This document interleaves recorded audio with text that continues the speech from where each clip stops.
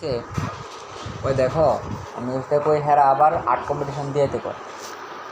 তখন আমি স্যারের দিয়েছি তো এখন সে যে আর্ট করে না, এখন সে আর্ট কম্পিটিশন কীটা দিব, হ্যাঁ তো আর্ট কম্পিটিশন দিলে কিছু ভাবতো না, তখন কি তুই এবার দেখো মাস্টারে আর্ট উল্টাপাল্টা আর্ট করেছে এই কারণে আর্ট করতে গিয়ে সেটা কম নাম্বার হয়েছে। তো এরপরে স্যারে বলছি দেখো তুমি গার্জিয়ানদের জানাই দাও, হ্যাঁ গার্জিয়ানদের জানাই দাও সব কিছু, হ্যাঁ আর্ট করবো না করবো তুমি হ্যাঁ আর্ট দিয়ে দাও,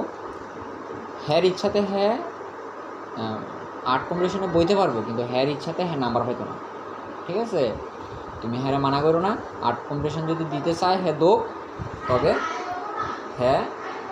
ভালো রেজাল্ট করতে না। আমি বলছি আপনাদের স্কুলেরই, বলছে কে, আমার তোমার নাম বলছে, ও আচ্ছা আচ্ছা ঠিক আছে ঠিক আছে, আর কিছু বলছি না, ঠিক আছে আপনাদের স্কুলেই পড়ে, ঠিক আছে আমার আর কোনো কথা করানোর দরকার নেই, আমি স্যার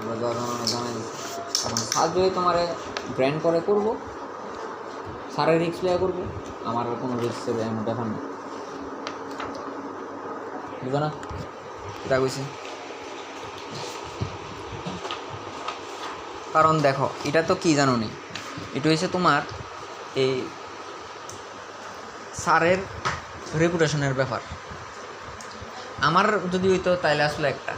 আমার ব্যাপার বা আমি বিষয়টা দেখুন, এটা হচ্ছে স্যারের রেপুটেশনের ব্যাপার। স্যারের যদি খারাপ হয় এটা খারাপ,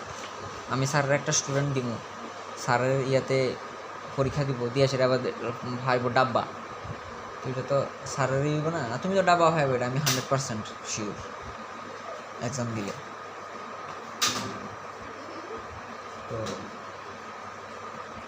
গোটা ডাব্বা বদনা 85 ওনারা পুরস্কার